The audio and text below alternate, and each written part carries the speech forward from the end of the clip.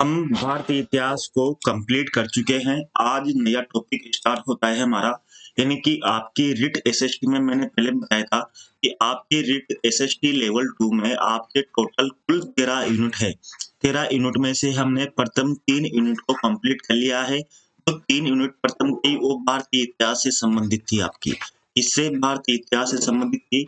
आज मुख्य रूप से हम यूनिट 4 का अध्ययन करेंगे, क्योंकि भारतीय संविधान में आपके यूनिट नंबर 4 और 5 भारतीय संविधान से ही संबंधित है। आपको पहले बताया था कि रिट 2011, 12, 15 और 17 हर बार भारतीय संविधान से आपके लगभग 10 क्वेश्चन पूछे जाते हैं, यानी कि हर बार 10 क्वेश्चन पूछे जाते हैं। और 2011, 12, 15, 17 में भी आपके भारतीय संविधान से संबंधित 2 यूनिट ही सम्मिलित थी। इस बार भी आपके 2 यूनिट है। तो जो यूनिट 4 है, उस यूनिट 4 में कौन-कौन से टॉपिक हमको भारतीय संविधान में पढ़ने हैं। नंबर 1 पढ़ना है भारतीय संविधान का निर्माण और विशेषताएं। इसकी बात करें तो भारतीय संविधान का निर्माण और विशेषताएं इस बार आपकी ये नया टॉपिक जुड़ा है, यानी कि इससे पहले रिट में ये वाला टॉपिक नहीं था। उसके बाद में उद्देश्य का पहले भी था और इस बार भी है। मूल अधिकार और मूल कर्तव्य पहले भी था और इस बार भी है। सामाजिक न्याय पहले भी था और इस बार भी है। बाल अधिकार और बाल संरक्षण पहले भी था और इस बार भी है। और लोकतंत्र में निर्वाचन और मतदाता जागरूकता, निर्वाचन नहीं था लेकिन मतदाता जागरूकता पहले था। इस तरह से यूनिट 4 में आपके टोटल 6 टॉपिक है। 6 टॉपिकों का हम अध्ययन करेंगे।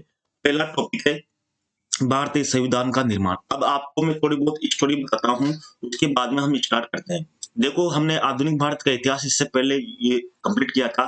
तो आधुनिक भारत के इतिहास में हमने कहा था कि जो महात्मा गांधी थे, महात्मा गांधी ने जब व्यक्तिगत सत्याग्रह आरंभ किया था, व्यक्तिगत सत्याग्रह का जो आरंभ किया था महात्मा गांधी ने, उन्होंने प्रथम सत्याग्रह के रूप में विनोबा भावे को चुना था। विनोबा भावे को प्रथम सत्याग्रह के रूप में चुना था। उसके बाद में विनोबा भावे ने, आपको पता है कि विनोबा भावे ने भूदान आंदोलन चलाया था आंध्र प्रदेश से। भूदान आंदोलन के जनक थे। इसके बाद में जो व्यक्तिगत सत्याग्रह के रूप में महात्मा गांधी ने दूसरे दूसरे व्यक्ति के रूप में जवाहरलाल नेहरू को चुना था, जवाहरलाल नेहरू। अब इसके बाद में क्या होता है कि 1939 में दूसरा विश्व युद्ध प्रारंभ हो जाता है। दूसरा विश्व युद्ध प्रारंभ होने के कारण अब अंग्रेज चाहते हैं कि इंग्लैंड चाहता है कि भारत इस दूसरा विश्व युद्ध में उसका सहयोग करे, क्योंकि जब प्रथम विश्व युद्ध हुआ था 1914 में, प्रथम विश्व युद्ध में क्या हुआ था कि प्रथम विश्व युद्ध में अंग्रेजों का भारतीयों ने व्यापक सहयोग किया था। और गांधी जी ने भी प्रथम विश्व युद्ध में भारतीयों का सहयोग देने के लिए अंग्रेजों को कहा था। लेकिन जब प्रथम विश्व युद्ध खत्म हुआ, प्रथम विश्व युद्ध खत्म होने के बाद में जब भारतीयों ने सहयोग किया, तो सहयोग करने के बावजूद भी अंग्रेजों ने क्या किया कि एक और तो रोलेट एक्ट पास किया, रोलेट एक्ट पास कर दिया। उसी तरह उसके बाद में जलियांवाला बाग हत्याकांड, यानी कि जिसे घृणित कार्यों को अंजाम दिया, यानी कि ये परिणाम दिए, यानी कि सहयोग करने के बावजूद भी अंग्रेजों ने ये परिणाम दिए। इस प्रकार जब दूसरा विश्व युद्ध शुरू हो गया, शुरू होने के बाद में भारतीय कांग्रेस के जितने भी नेता थे, उन्होंने कहा कि भारतीय इस युद्ध में अंग्रेजों का बिल्कुल भी सहयोग नहीं देंगे, अंग्रेजों का बिल्कुल भी सहयोग नहीं देंगे, यानी बिल्कुल साफ मना कर दिया। इसके लिए फिर अंग्रेजों ने क्या किया, अंग्रेजों ने फिर भारत में मार्च 1942 में एक मिशन भेजा, क्रिस मिशन। क्रिस मिशन का मुख्य उद्देश्य ये था कि भारतीयों का सहयोग लिया जाए, यानी कि भारतीयों का सहयोग लिया जाए। किसमें लिया जाए? दूसरे विश्व युद्ध में भारतीयों का सहयोग लिया जाए। इसलिए आपको पता है, इसलिए क्या किया, क्रिस मिशन ने कहा कि दूसरे विश्व युद्ध के बाद में क्या किया जाएगा, यानी कि भारत को एक औपनिवेशिक का दर्जा दिया जाएगा, औपनिवेशिक राज्य का दर्जा दिया जाएगा, न कि स्वतंत्र किया जाएगा। उसके बाद में दूसरे विश्व युद्ध के बाद में स्वतंत्र चुनाव कराए जाएंगे, भारत में स्वतंत्र चुनाव करवाए जाएंगे। इस क्रिस मिशन का एक सदस्य आयोग था, यानी कि एक सदस्य था। इसके अध्यक्ष थे क्रिस्टोफर किर्श। इस आयोग के अध्यक्ष थे, जिन्होंने ये सुझाव दिया था। लेकिन क्रिस मिशन की सब बातों को भारतीय राष्ट्रीय कांग्रेस और साथ में ही मुस्लिम लीग ने दोनों ने अस्वीकार कर दिया। इसके बाद में कृषि मिशन को महात्मा गांधी ने कहा कि ये दिवालिया बैंक का एक चेक है, यानी कि एक जारी किया हुआ चेक है, इसका एक संज्ञा दी थी। देने के बाद में कृषि मिशन की मांगों को अस्वीकार कर दिया। अस्वीकार करने के बाद में कृषि मिशन की बातों को अस्वीकार कर दिया। और फिर अगस्त 1942 में भारतीय राष्ट्रीय कांग्रेस ने भारत छोड़ो आंदोलन छेड़ दिया। इस तरह से इस तरह से कह सकते हैं क्रिस मिशन के साथ ही भारत में संविधान निर्माण की प्रक्रिया शुरू हो जाती है। लेकिन बात करें कि भारतीय संविधान का मांग कब की गई, किसने की गई? तो भारतीय संविधान सभा की मांग देखते हैं तो 1934 में एम एन राय ने सर्वप्रथम भारतीय संविधान सभा की मांग की। एम एन राय का मतलब है मानवेंद्र नाथ राय। मानवेंद्र नाथ राय ये एक कम्युनिस्ट व्यक्ति थे, यानी कम्युनिस्ट पार्टी के भारत के बहुत बड़े नेता थे। इन्होंने सर्वप्रथम भारतीय संविधान सभा की मांग की थी। इसके बाद में फिर 1935 में कांग्रेस के अधिवेशन में सर्वप्रथम संविधान सभा की मांग की थी, जिसको 1938 में जवाहरलाल नेहरू ने समक्ष रखा। इस तरह से भारतीय संविधान सभा की जो मांग है वो 1934 में मुख्य रूप से एमएन राय द्वारा रखी गई थी। यानी कि क्वेश्चन आता है कि संविधान सभा की सर्वप्रथम मांग किसने रखी थी? तो एमएन राय ने, यानी कि मानवेंद्र नाथ राय ने संविधान सभा की मांग रखी थी। तो 1935 में कांग्रेस के अधिवेशन में रखी गई। इसके बाद में संविधान सभा की क्रिस मिशन आता है। क्रिस मिशन की असफलता के बाद में उस समय आपसे पूछा जाएगा, जो क्रिस मिशन भारत में आया था, तो उस समय आपसे पूछा जाएगा तो उस समय इंग्लैंड का प्रधानमंत्री कौन था?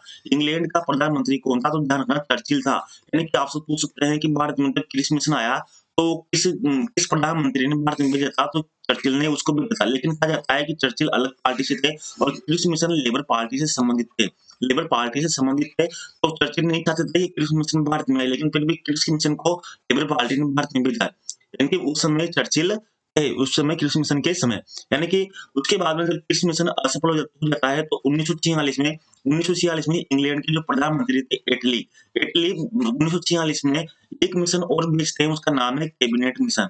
कैबिनेट मिशन भारत में आता है 1946 में। कैबिनेट मिशन में इसमें 3 सदस्य थे। कितने सदस्य थे?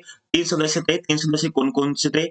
एक तो पेंटिंग लॉरेंस इसके सदस्य थे। साथ में इसमें जो इसके क्रिस मिशन के जो अध्यक्ष थे, यानी कि जो अध्यक्ष था कौन था? यानी कि क्रिस मिशन में एक सदस्य था, तो इसमें स्टॉफोर्ड क्रिप्स इसके भी सदस्य थे। साथ में एक और था अलेक्जेंडर। इस तरह से ये 3 सदस्य आयोग था। अलेक्जेंडर 3 सदस्य आयोग था। क्रिस मिशन भारत में आया। भारत में आने के बाद में इसने एक योजना प्रस्तुत की, यानी कि क्रिस मिशन का मुख्य उद्देश्य था कि भारत को सत्ता किस तरह से हस्तांतरित की जा सकती है, यानी कि सत्ता हस्तांतरित करने की संभावनाओं को तलाश करना था। साथ में ही संविधान सभा किस तरह से गठित की जाए, इसका सुझाव देना था। तो कैबिनेट मिशन ने अपने कुछ सुझावों को प्रस्तुत किया।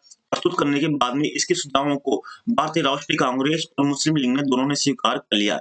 इसके सुझाव मुख्य रूप से क्या-क्या थे देखना। संविधान सभा का जो गठन हुआ वो कैबिनेट मिशन की योजना के तहत ही हुआ। अब क्या सुझाव थे? एक कैबिनेट मिशन ने सुझाव दिया कि जो सदस्य रहेंगे वो टोटल संविधान सभा में जो कुल सदस्य रहेंगे 389 सदस्य रहेंगे। कुल सदस्य 389 रहेंगे। इन 389 सदस्यों में से देखिए भारत था, उस भारत को अलग-अलग, यानी कि भारत में 2 तरह के शासन था। भारत में 2 तरह का शासन था। एक शासन अंग्रेजों का था, यानी कि अंग्रेजों का शासन था।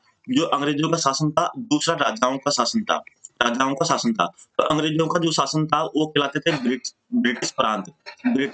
यानी कि ब्रिटिश प्रांत की बात करें तो उस समय अंग्रेजों के कुल 12 ब्रिटिश प्रांत थे, और राजाओं की बात करें तो राजाओं का जो शासन करा करते थे उनको देसी रियासत कहते थे। देसी रियासतें। इस तरह से संविधान सभा में जो कुल 389 सदस्य थे, उनमें दोनों, यानी कि अंग्रेजों के और राजाओं के दोनों के प्रतिनिधि शामिल होने थे। तो इसमें ये कहा गया कि जो ब्रिटिश प्रांत के जो 11 प्रांत थे, इन 11 प्रांतों में तो जो चुनाव होंगे संविधान सभा के सदस्यों का, वो चुने जाएंगे। यानी कि सदस्य चुने जाएंगे कितनी जनसंख्या पर? 10 लाख की जनसंख्या पर एक सदस्य चुना जाएगा, और जो राजाओं के जो सदस्य रहेंगे देसी रियासतों के, उनको राजा ही मनोनीत करेगा। कौन करेगा? मनोनीत करेगा, न कि कोई चुनाव होगा। इस तरह से 389 सदस्यों का चुनाव होता है। चुनाव में क्या किया जाता है कि जो ब्रिटिश प्रांत जो कुल मिलाकर 11 प्रांत थे। आपको मैंने पहले बताया था कि जो 11 प्रांत, यानी कि सर्वप्रथम हम देखते हैं जो 1933 का भारत शासन अधिनियम था। भारत शासन अधिनियम के तहत सर्वप्रथम 1937 में, आपको बताया था पहले मैंने इसके पहले वीडियो में, 1937 में 11 प्रांतों में चुनाव होते हैं। कितने प्रांतों में? 11 प्रांतों में चुनाव होते हैं। आपको ध्यान रखना है 11 प्रांतों में चुनाव होते हैं, तो 6 प्रांतों में, यानी कि आपसे पूछ सकते हैं कि 1935 अधिनियम के तहत चुनाव होते हैं तो कितने राज्यों में कांग्रेस को बहुमत वाली सरकार मिलती है? तो 6 राज्यों में 6 राज्यों में कांग्रेस की बहुमत की सरकार बनती है और 2 राज्यों में कांग्रेस के सहयोग से मिली-जुली सरकार बनती है, यानी कांग्रेस की सरकार बनती है और 3 राज्यों में मुस्लिम लीग की सरकार बनती है।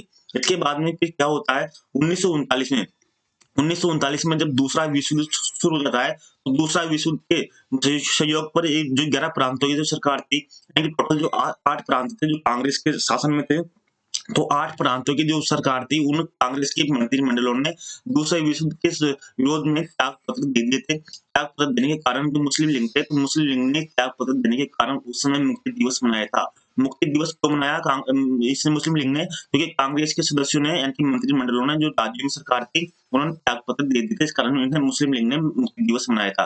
तो इस तरह से जो मैं आपको आगे चलता हूँ, तो जब संविधान सभा की गठन होता है, तो संविधान सभा में 389 सदस्य निश्चित किए जाते हैं। ब्रिटिश प्रांतों के लगभग 11 प्रांतों के लगभग इसमें 293 सदस्य तय किए जाते हैं और जो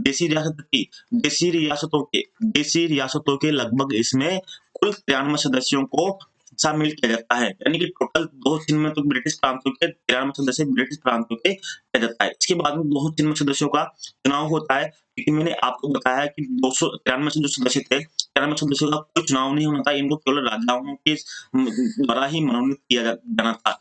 तो 293 सदस्यों का चुनाव होता है। चुनाव होने के बाद में जब जो स्थिति समक्ष आती है वो ये आती है कि 293 सदस्यों में से 208 सीटें तो कांग्रेस जीत जाती है, कांग्रेस के पक्ष में आती है और इसके बाद में 73 सीटें मुस्लिम लीग के पक्ष में आती है और 15 सीटें अन्य दलों के पक्ष में आती है। इस तरह से चुनाव में कांग्रेस सबसे बड़ी पार्टी बनकर उभरती है। इसके बाद में फिर चुनाव होने के बाद में फिर संविधान सभा की जो कार्यप्रणाली है वो शुरू होती है।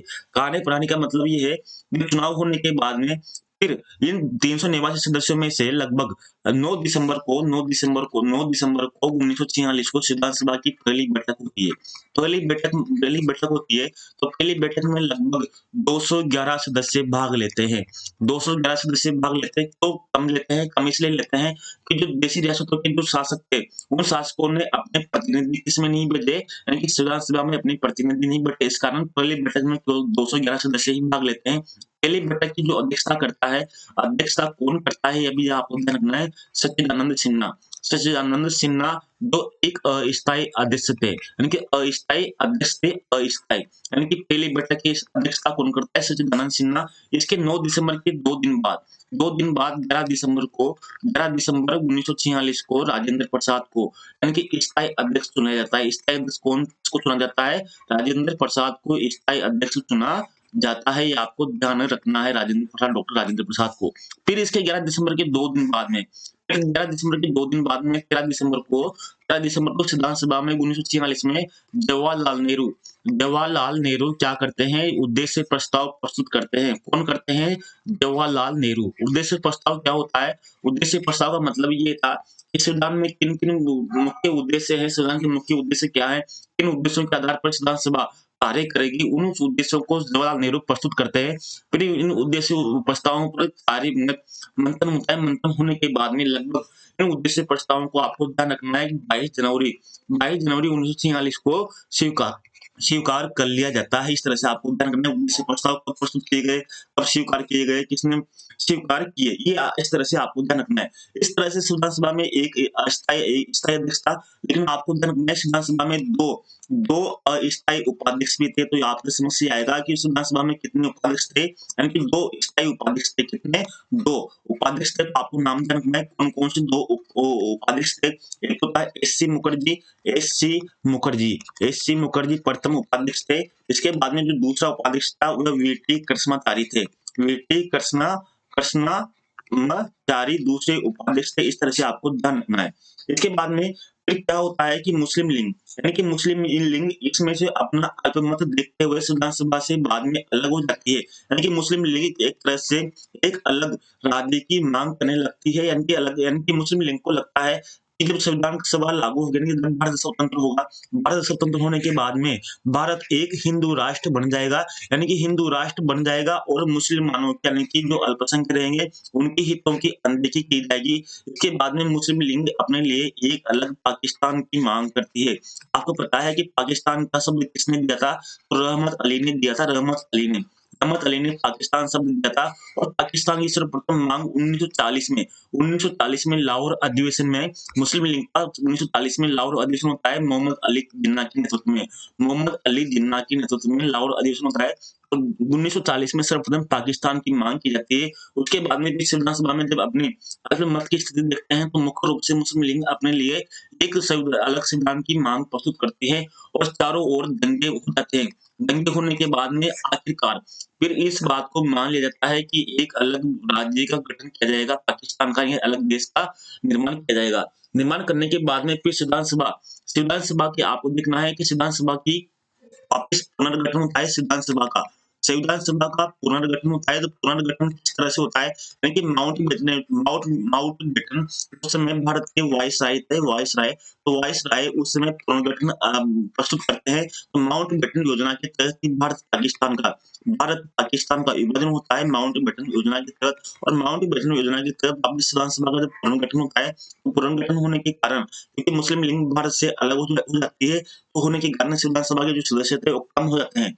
कम कितने होते हैं, यानी कि पहले जो 389 सदस्य थे अब वो घटकर कितने हो जाते हैं, 299 सदस्य रह जाते हैं। 299 सदस्य रहने के कारण इसमें से लगभग ब्रिटिश प्रांत के जो ब्रिटिश प्रांत थे उन ब्रिटिश प्रांतों में 229 सदस्य निश्चित किए जाते हैं और जो देशी रियासत थी देशी रियासतों में जहाँ पहले 93 सदस्य थे उनके अब लगभग 70 सदस्यों को इसमें शामिल किया जाता है। इस तरह से पुनर्गठित जो संविधान सभा रहती है उसमें 299 सदस्य रह जाते हैं। इस तरह से आपको ये ध्यान रखना है। इसके बाद में जब संविधान सभा की समितियों की बात करते हैं तो संविधान सभा को चलाने के लिए आपको एक चीज और देखनी है कि पहले आपको कुछ चीजें मैं बता देता हूँ। उन चीजों में आप देखना संविधान सभा में कुल 8 बड़ी समितियां थी। इतनी 8 बड़ी समितियों का गठन किया गया। तो समितियों का गठन किया गया 8 बड़ी समितियों का। अब 8 बड़ी समितियां थी तो 8 बड़ी समितियों में से केवल 4 व्यक्ति ही इन 8 समितियों के अध्यक्ष थे। इन 4 व्यक्ति कौन कौन से थे? 4 व्यक्तियों में नंबर 1 था जवाहरलाल नेहरू जी। इसके ये 3 समितियों के अध्यक्ष थे 8 बड़ी समितियों में से। दूसरे थे राजेंद्र प्रसाद जो 2 समितियों के अध्यक्ष थे। इसके बाद में बात करते हैं सरदार पटेल भी 2 समितियों के अध्यक्ष थे। और उसके बाद में लास्ट बात करते हैं भीमराव अंबेडकर एक समिति के अध्यक्ष थे। जो आपको ध्यान रखना है जवाहरलाल नेहरू कौन कौन समितियों के अध्यक्ष थे तो आपको बिल्कुल सिंपल सा याद करा दूंगा। संघ शक्ति समिति के अध्यक्ष कौन थे? जवाहरलाल नेहरू। इसी तरह संघीय संविधान समिति के अध्यक्ष कौन थे? तो जवाहरलाल नेहरू। इसी तरह जो राज्यों के लिए संचालन समिति राज्यों के लिए जो समिति थी उसके भी अध्यक्ष कौन थे? जवाहरलाल नेहरू। यानी संघ जहां आ जाए वहां पर जवाहरलाल नेहरू इसके अध्यक्ष थे। राजेंद्र प्रसाद संविधान सभा के अध्यक्ष थे। तो अध्यक्ष का काम क्या होता है? यानी कि नियम प्रक्रियाओं को चलाना या संचालन करना। इनके अध्यक्ष का काम क्या होता है? सदन का संचालन करना या प्रक्रिया नियम तय करना। इस कारण इनको 2 समितियां ये संचालन समिति। इनके संचालन का मतलब होता है सदन को संचालन करना। संचालन समिति के अध्यक्ष कौन थे? राजेंद्र प्रसाद। इसी तरह दूसरी समिति थी प्रक्रिया नियम समिति का काम भी था कि नियम तय करना। इनके राजेंद्र प्रसाद अध्यक्ष थे। तो अध्यक्ष होने के कारण आप इस तरह याद कर सकते हैं अध्यक्ष संचालन करता है और प्रक्रिया नियम तय करता है। यानी कि नियम और संचालन कौन करता है? अध्यक्ष करता है। तो अध्यक्ष से आप ध्यान रखना राजेंद्र प्रसाद संचालन समिति और प्रक्रिया नियम समिति के अध्यक्ष थे। सरदार पटेल के सहयोग से ही भारत के जितने भी राज्य थे उन राज्यों का एकीकरण किनके प्रयासों से हुआ? सरदार पटेल के प्रयासों से हुआ। तो सरदार पटेल भारत के बिस्मार्क भी कहलाते हैं। भारत के बिस्मार्क जिस तरह से जर्मनी का एकीकरण बिस्मार्क ने किया उसी तरह भारत के जो एकीकरण किया वो एकीकरण सरदार पटेल ने किया। इस कारण भारत के बिस्मार्क भी कहलाते हैं। भारत के लौह पुरुष भी कहलाते हैं क्योंकि लौह पुरुष का मतलब है कि इन्होंने दंड की शक्ति का प्रयोग भी किया। इस कारण लौह पुरुष थे। तो इन्होंने जिस तरह से इन्होंने किया तो इसके अध्यक्ष थे यानी कि प्रांतीय सिद्धांत समिति। प्रांतीय मतलब राज्य।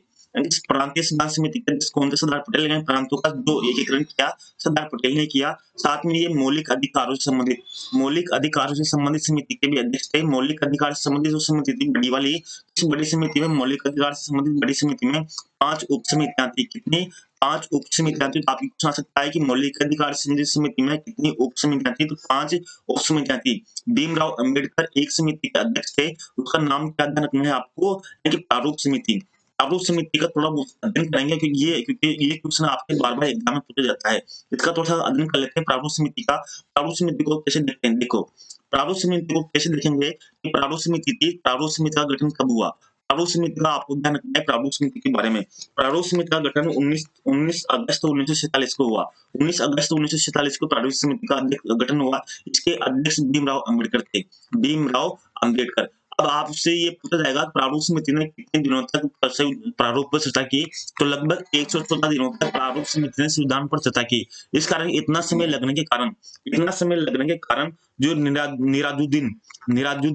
निराजुद्दीन अहमद थे, एक सदस्य थे संविधान सभा के, तो निराजुद्दीन अहमद ने इस प्रारूप समिति को क्या नाम दिया? अपवन समिति। यानी कि अपवन समिति किसने कहा? निराजुद्दीन अहमद ने इसको अपवन समिति कहा। किसको? प्रारूप समिति को। क्यों? क्योंकि अधिकांश अपना समय व्यतीत करने के कारण, समय बर्बाद करने के कारण निराजुद्दीन अहमद ने प्रारूप समिति को अपवन समिति कहा था। इसके बाद में आपको ध्यान रखना है कि प्रारूप समिति थी, प्रारूप समिति में 7 सदस्य थे। कितने सदस्य थे? 7 सदस्य। लेकिन आपको ध्यान रखना है प्रारूप समिति में 7 सदस्य थे, तो 3 सदस्यों को नए सदस्य बनाए गए। इसमें 2 सदस्यों ने बाद में हटाए गए थे, यानी कि एक सदस्य ने तो त्याग पत्र दे दिया था और एक सदस्य की मृत्यु हो गई थी। तो मृत्यु होने के कारण 2 सीटें खाली हो गई थी, तो 2 नए सदस्य कौन बनाए गए? आपको बिल्कुल ध्यान रखना है, जो बीएल मित्र थे, बीएल मित्र ने त्याग पत्र दे दिया था और उसके बाद में जो केतान की मृत्यु हो गई थी। तो इन दोनों की जगह 2 नए सदस्य बनाए गए। मित्र में म है, तो मित्र की जगह माधवराव, यानी माधवराव में म है, तो इस तरह से ध्यान रख सकते हैं। केतान में के है, तो केतान से के है, तो के में कृष्णमाचारी। इस तरह से इसमें भी कृष्णमाचारी में के है, मित्र में भी एम है, माधवराव में भी एम है। यानी कि इस तरह से आप मिलान कर सकते हैं। केतान की जगह कृष्णमाचारी और मित्र की जगह माधवराव, यानी कि माधवराव और कृष्णमाचारी। फिर बाद में प्रारूप समिति में 2 सदस्य बनाए गए। इस तरह से आपको ध्यान रखना है। अब मैं बात करता हूँ संविधान सभा के क्या-क्या अनेक कार्य किए। अनेक कार्यों में बहुत सारे कार्य किए थे संविधान सभा ने। कौन-कौन से? नंबर 1, 1949 में सर्वप्रथम संविधान सभा ने राष्ट्रमंडल की सदस्यता का सत्यापन किया। और राष्ट्रमंडल क्या था? यानी कि राष्ट्रमंडल क्या था? राष्ट्रमंडल का मतलब था जो अंग्रेज थे, अंग्रेजों के भारत ही एक गुलाम नहीं था, अंग्रेजों के बहुत से देश गुलाम थे। तो जब अंग्रेजों ने सब देशों को गुलाम थे, तो जब अंग्रेजों से जितने भी देश गुलाम थे वो आजाद हुए। आजाद होने के बाद में अंग्रेजों ने, यानी कि इंग्लैंड, जिस तरह से भारत के निवासी भारतीय कहलाते हैं, उसी तरह इंग्लैंड के निवासी कहलाते हैं अंग्रेज कहलाते हैं। इस तरह से आपको ध्यान रखना है। अंग्रेज कोई देश नहीं था, इंग्लैंड के निवासियों को अंग्रेज कहते थे। तो इंग्लैंड ने क्या किया? जितने भी देश अपने गुलाम थे, उन गुलामों को, यानी कि उनकी एक प्रतीक चिन्ह के रूप में, यानी कि एक तरह से अपना संघ बनाने के लिए इंग्लैंड ने एक राष्ट्रमंडल संगठन बनाया। इसमें यानी कि ऐसी, यानी कोई भी देश इस राष्ट्रमंडल सदस्य में शामिल हो सकता था। तो भारत ने इस राष्ट्रमंडल सदस्य में रहना स्वीकार किया। यानी कि 1949 में राष्ट्रमंडल का सदस्य बन गया भारत, लेकिन पाकिस्तान जब अलग हुआ तो पाकिस्तान ने इस राष्ट्रमंडल की सदस्यता नहीं ली। इस तरह से आपको ध्यान रखना है। इस राष्ट्रमंडल में मुख्य अंतर क्या है? अंतर यह है कि जो राजदूत होता है, यानी कि भारत का कोई भी व्यक्ति जो राजदूत होता है, अगर भारत का जो व्यक्ति राजदूत है और जो राजदूत होने के बाद में अगर उनको, भारत के राजदूत को अगर राष्ट्रमंडल में जितने भी देश है, अगर राष्ट्रमंडल में सम्मिलित देशों में सम्मिलित किया जाता है, यानी कि राजदूत को राष्ट्रमंडल में जितने भी देश है उन देशों में नियुक्त किया जाता है, उन राष्ट्रमंडल देशों में नियुक्त किया जाता है भारतीय राजदूत को, तो उसको क्या कहा जाता है? उच्चायुक्त कहा जाता है, उच्चायुक्त। तो ध्यान रखना है कि राजदूत और उच्चायुक्त में क्या अंतर है? उच्चायुक्त का मतलब यह है कि अगर भारत का कोई राजदूत राष्ट्रमंडल के देशों में नियुक्त होता है उसको उच्चायुक्त कहते हैं, और अगर इन देशों में नियुक्त नहीं होता है राष्ट्रमंडल के देशों में तो उसको राजदूत कहते हैं। इस तरह से आपको ध्यान रखना है। साथ में इसके बाद में क्या काम किए, यानी कि कौन-कौन से ऐसे काम किए? देखो, अन्य कार्य कौन-कौन से किए संविधान सभा ने? अन्य कार्यों में नंबर एक जो संविधान सभा की जो अंतिम बैठक थी, संविधान सभा की अंतिम बैठक 24 जनवरी 1950 को हुई। 1950 को इसकी बैठक हुई, तो अंतिम बैठक थी। तो अंतिम बैठक के दिन इन्होंने, संविधान सभा ने 3 कार्य किए। 3 कार्य, यानी कि अंतिम बैठक के दिन 3 कार्य कौन-कौन सा? नंबर 1, राष्ट्रीय गीत इसी दिन, राष्ट्रीय गान इसी दिन, इसी तरह राष्ट्रपति राष्ट्रपति पद, यानी 3 काम इन्होंने संविधान सभा ने अंतिम दिन किए। राष्ट्र, राष्ट्र, राष्ट्र, तीनों में राष्ट्र, राष्ट्र आ रहा है, तो ध्यान रखना राष्ट्र, राष्ट्र से संबंधित। यानी कि अगर आपसे पूछा जाए कि संविधान सभा में राष्ट्रीय गीत कब सम्मिलित किया गया है, 24 जनवरी 1950 को। राष्ट्रीय गान कब सम्मिलित किया गया है, 24 जनवरी 1950 को। राष्ट्रपति पद कब सम्मिलित किया गया है, 24 जनवरी 1950 को शामिल किया गया। इस तरह से आपको ध्यान रखना है। अलग बात और करते हैं संविधान सभा ने क्या काम किया। अलग इस संविधान सभा ने लगभग 2 वर्ष 11 माह 18 दिन में 2 वर्ष 11 माह 18 दिन में संविधान का निर्माण किया। 2 वर्ष 18 माह में इसने संविधान का निर्माण किया। लगभग संविधान सभा की कुल 11 बैठक हुई। कितनी बैठक हुई? कुल 11 बैठक हुई। लगभग 60 देशों के संविधान का इसने अध्ययन किया। कितने देशों का? 60 देशों का संविधान का निर्माण किया और इसने लगभग 114 दिन तक प्रारूप पर चर्चा की। प्रारूप चर्चा करने के कारण इसको निजामुद्दीन अहमद ने अपूर्ण समिति की चर्चा दी भी कहा था। लगभग 60 लाख इस पर खर्च आए। कितना खर्च आए? लगभग 60 लाख इस पर खर्च आए। इसके बाद में अन्य कार्य कौन कौन से थे, उन कार्यों को भी देख लीजिए। कौन कौन से कार्य थे? नंबर 1, संविधान सभा ने जो संविधान सभा का जो प्रतीक चिन्ह बनाया, इनकी प्रतीक चिन्ह कौन सा था? तो नंबर 1 प्रतीक चिन्ह क्या था? हाथी को प्रतीक चिन्ह बनाया। साथ में जो संवैधानिक सलाहकार कौन थे, यानी कि संविधान सभा के संवैधानिक सलाहकार, संविधान सभा के संवैधानिक सलाहकार कौन थे? ध्यान रखना है, बी.एन. राव संवैधानिक सलाहकार थे। इसके बाद में बात करते हैं संविधान सभा के यानी कि सचिव कौन थे? संविधान सभा के सचिव कौन थे? तो वी आर संविधान सभा के सचिव थे। इसके बाद में पूछा जाएगा संविधान सभा के मुख्य प्रारूपकार कौन थे? मुख्य प्रारूप कौन थे? तो एल.एन. मुखर्जी मुख्य प्रारूपकार थे। इस तरह से आज संविधान सभा के बारे में हमने मोटा पढ़ लिया है। कल से हम भारतीय संविधान की जो विशेषताएं थी, जो मुख्य टॉपिक बचे हैं, उनका अध्ययन करेंगे। आज थोड़ी छोटी क्लास थी, इस छोटी क्लास में आज इतना ही। फिर कल से हम थोड़ी बड़ी क्लास लेंगे। इस तरह से हम लगभग हमारी जो क्लास है, लगभग जो 70 घंटों की जो क्लास है इसकी एसएसटी की, इस एसएसटी की 70 घंटे की क्लासों को हम जल्दी ही कंप्लीट कर देंगे। ये आपकी 70 घंटे की क्लास विशेष रूप से आपके 15 मार्च तक चलेगी, यानी कि 15 मार्च के बाद में आपकी 70 घंटों की क्लास आपकी कंप्लीट हो जाएगी। उसके बाद में हम रिवीजन करेंगे। आपको जरूर समझ में आया होगा। अगर आपको समझ में आया तो कमेंट बॉक्स में जरूर बता दीजिए। ये हुआ संविधान सभा के बारे में मुख्य रूप से। आगे अध्ययन करेंगे फिर नेक्स्ट टॉपिक का। नमस्कार, धन्यवाद।